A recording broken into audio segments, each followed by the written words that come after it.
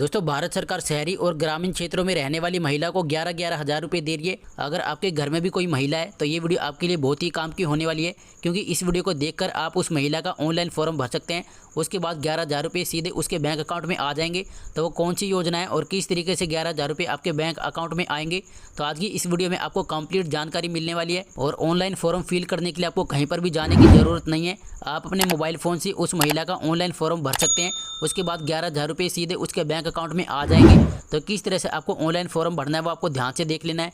तो इसके लिए आपको क्या करना है, आपको गूगल पर जाना है और गूगल पर जाने के बाद यहाँ पर आपको सर्च करना है PMMUY। तो मैं यहाँ पर सर्च कर लेता हूँ और इसको सर्च करने के बाद यहाँ पर आपको एक वेबसाइट दिखाई देगी। इस वेबसाइट को आपको ओपन कर लेना है। इस वेबसाइट को ओपन करने के बाद इसका जो इंटरफेस है वो इस तरह से ओपन जाएगा और यहाँ पर आप देख सकते हैं कि कितनी महिला को अब तक लाभ मिल चुका है और कितनी महिलाएं इसमें रजिस्ट्रेशन कर चुके हैं और सभी महिला को अब तक कितने पैसे दिए जा चुके हैं, तो वो आप यहाँ से चेक कर सकते हैं।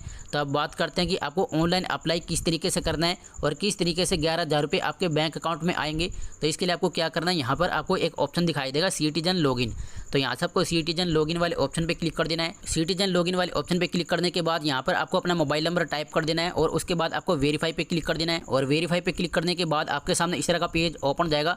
यहाँ पर आपको अपना मोबाइल नंबर देखने को मिल जाएगा और आप जिस भी महिला के नाम से इस फॉर्म को अप्लाई करना चाहते हैं तो यहाँ पर आपको उसका नेम टाइप कर देना है। और इसके बाद यहाँ से आपको अपना स्टेट सिलेक्ट कर लेना है। यहाँ से आपको अपनी डिस्ट्रिक्ट सिलेक्ट कर लेनी है और यहाँ से आपको सिलेक्ट कर लेना है कि आप रूरल एरिया में रहते हैं या फिर आप अर्बन एरिया में रहते हैं। तो यहाँ से आपको अपने अकॉर्डिंग सिलेक्ट कर लेना है। इसके बाद यहाँ से आपको अपना ब्लॉक सिलेक्ट कर लेना है, यहाँ से विलेज सिलेक्ट कर लेना है और लास्ट में यहाँ पर लिखा हुआ है रिलेशनशिप विद बेनिफिशियरी। तो जिसका भी फॉर्म आप अप्लाई कर रहे हैं तो उसका आपसे रिलेशन क्या है तो वो आपको यहाँ से सिलेक्ट कर लेना है। लेकिन अगर कोई महिला अपने नाम से इस फॉर्म को फिलअप कर रही है तो फिर आपको क्या करना है, आपको सेल्फ वाले ऑप्शन को सिलेक्ट कर लेना है। और इसके बाद यहाँ पर आपको एक ऑप्शन दिखाई देगा क्रिएट अकाउंट। आपको क्रिएट अकाउंट पे क्लिक कर देना है। क्रिएट अकाउंट पे क्लिक करने के बाद आपके मोबाइल नंबर पर एक OTP आएगा। यहाँ पर आपको OTP टाइप कर देना है। OTP टाइप करने के बाद यहाँ पर आपको इस तरह से कैप्चा कोड दिखाई देगा। तो यहाँ पर आपको कैप्चा कोड टाइप कर देना है और OTP और कैप्चा कोड टाइप करने के बाद आपको वैलिडेट पे क्लिक कर देना है। वैलिडेट पे क्लिक करने के बाद आपका जो रजिस्ट्रेशन है वो सक्सेसफुली कंप्लीट हो जाएगा। और रजिस्ट्रेशन कंप्लीट होने के बाद आपको फिर से इस पेज पर आ जाना है और फिर से आपको एक बार सिटीजन लॉगिन पे क्लिक कर देना है। सिटीजन लॉगिन पे क्लिक करने के बाद आपने जिस भी मोबाइल नंबर से इसमें रजिस्ट्रेशन किया है तो यहाँ पर आपको अपना मोबाइल नंबर टाइप कर देना है। मोबाइल नंबर टाइप करने के बाद आपको फिर से वेरीफाई पे क्लिक कर देना है और वेरीफाई पे क्लिक करने के बाद आपके मोबाइल नंबर पर फिर से एक OTP आएगा। तो यहाँ पर आपको फिर से OTP टाइप कर देना है और यहाँ पर आपको कैप्चा कोड भी टाइप कर देना है। तो आप यहाँ पर देख सकते हैं मेरे मोबाइल नंबर पर OTP आ चुका है। तो मैं यहाँ पर OTP और कैप्चा कोड टाइप कर देता हूँ। OTP और कैप्चा कोड टाइप करने के बाद आपको वैलिडेट पे क्लिक कर देना है और वैलिडेट पे क्लिक करने के बाद यहाँ पर आपको थोड़ा सा वेट करना है। इसके बाद आप इस पेज में इस तरह से लॉगिन हो जाएंगे। इसके बाद आपको क्या करना है, यहाँ पर आपको ऊपर की तरफ 3 लाइन दिखाई देगी। यहाँ से आपको 3 लाइन पे क्लिक कर देना है। 3 लाइन पे क्लिक करने के बाद यहाँ पर आपको एक ऑप्शन दिखाई देगा डाटा एंट्री। तो यहाँ से आपको डाटा एंट्री वाले ऑप्शन पे क्लिक कर देना है। डाटा एंट्री वाले ऑप्शन पे क्लिक करने के बाद यहाँ पर लिखा हुआ है बेनिफिशियरी रजिस्ट्रेशन। इस वाले ऑप्शन पे आपको क्लिक कर देना है। इस वाले ऑप्शन पे क्लिक करने के बाद आपके सामने इस तरह से एक फॉर्म ओपन हो जाएगा। इसी फॉर्म को आपको फिलअप करके सबमिट करना है। उसके बाद 11,000 रुपये आपके बैंक अकाउंट में आ जाएंगे।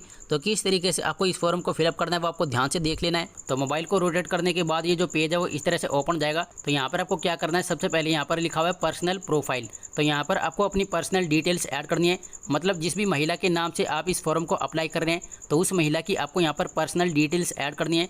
सबसे पहले यहाँ पर आपसे पूछा जा रहा है कि आप जिस महिला के नाम से अप्लाई कर रहे हैं अगर वो सेंट्रल गवर्नमेंट या फिर स्टेट गवर्नमेंट में एम्प्लॉई है तो आपको येस वाले ऑप्शन को सिलेक्ट कर लेना है। इसके बाद यहाँ पर लिखा हुआ है अप्लाई फॉर फर्स्ट चाइल्ड या फिर सेकंड गर्ल चाइल्ड। तो यहाँ से आपको सिलेक्ट कर लेना है कि आप फर्स्ट चाइल्ड के लिए अप्लाई करना चाहती है या फिर आप सेकंड गर्ल चाइल्ड के लिए अप्लाई करना चाहती है। तो यहाँ से आपको अपने अकॉर्डिंग सिलेक्ट कर लेना है। इसके बाद आपको नीचे की तरफ जाना है।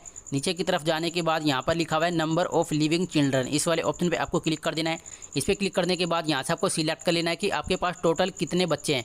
इसके बाद आपको नीचे की तरफ जाना है। नीचे की तरफ जाने के बाद अगर आपके पास आधार कार्ड है तो आपको यस वाले ऑप्शन को सिलेक्ट कर लेना है। इसके बाद आपको इसमें इस तरह से कंसेंट देना है। इसके बाद आपको फिर से नीचे की तरफ स्क्रॉल डाउन करना है और नीचे की तरफ स्क्रॉल डाउन करने के बाद यहाँ पर आपको नेम वाला ऑप्शन दिखाई देगा। तो जिस भी महिला के नाम से आप इस फॉर्म को अप्लाई कर रहे हैं तो यहाँ पर आपको उस महिला का नाम टाइप कर देना है और यहाँ पर आपको उसका आधार नंबर टाइप कर देना है। यहाँ पर डेट ऑफ बर्थ टाइप कर देनी है। डेट ऑफ बर्थ टाइप करने के बाद उसकी जो भी एज होगी तो कैलकुलेशन होकर यहाँ पर आ जाएगी। इसके बाद आपको नीचे की तरफ स्क्रॉल डाउन करना है। नीचे की तरफ स्क्रॉल डाउन करने के बाद यहाँ पर आपको कैटेगरी वाला ऑप्शन दिखाई देगा। यहाँ से आपको अपनी कैटेगरी सिलेक्ट कर लेनी है। कैटेगरी सिलेक्ट करने के बाद आपने जिस भी मोबाइल नंबर से इसमें रजिस्ट्रेशन किया है तो यहाँ पर आपको मोबाइल नंबर शो हो जाएगा और यहाँ पर आपसे पूछा जा रहा है कि ये जो मोबाइल नंबर है वो किसका है। तो यहाँ से आपको सिलेक्ट कर लेना है कि ये जो मोबाइल नंबर है वो किसका है। अगर ये मोबाइल नंबर आपका है तो यहाँ से आपको सेल्फ वाले ऑप्शन पे क्लिक कर देना है। लेकिन अगर ये मोबाइल नंबर किसी और का है तो यहाँ से आपको अपने अकॉर्डिंग सिलेक्ट कर लेना है और इसके बाद आपको फिर से नीचे की तरफ स्क्रॉल डाउन करना है। नीचे की तरफ स्क्रॉल डाउन करने के बाद यहाँ पर लिखा हुआ है रिलेशन विद द बेनिफिशियरी। तो यहाँ पर ये पूछा जा रहा है कि जिस भी महिला के नाम से आप इस फॉर्म को अप्लाई कर रहे हैं तो उस महिला से आपका रिलेशन क्या है, तो वो रिलेशन आपको यहाँ पर टाइप कर देना है। और इसके बाद आपको एलिजिबिलिटी प्रूफ के लिए एक डॉक्यूमेंट अपलोड करना है।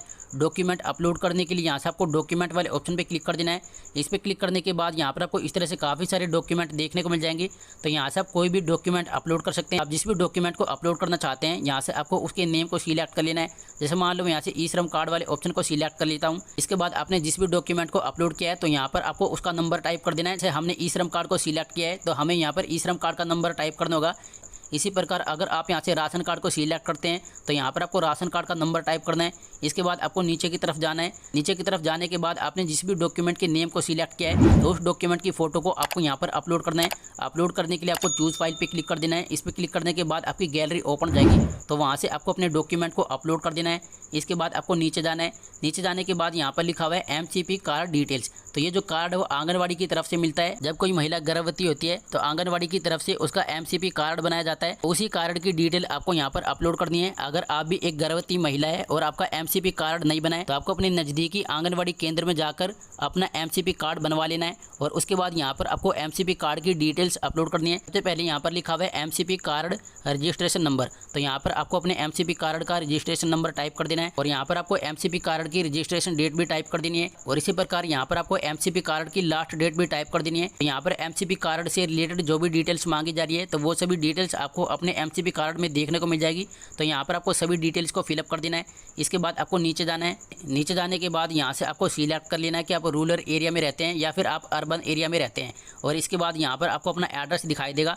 जो भी एड्रेस आपने रजिस्ट्रेशन करते समय टाइप किया था तो वो जो एड्रेस वो यहाँ पर आपको देखने को मिल जाएगा। इसके बाद आपको क्या करना है, यहाँ पर आपको अपना पिन कोड डाल देना है। पिन कोड डालने के बाद यहाँ पर आपको आंगनवाड़ी वाला ऑप्शन दिखाई देगा। आपको इस पर क्लिक कर देना है। इस पर क्लिक करने के बाद आपके एरिया के आसपास में जितने भी आंगनवाड़ी होंगी तो उन सभी आंगनवाड़ी का नाम आपको यहाँ पर इस तरह से देखने को मिल जाएगा।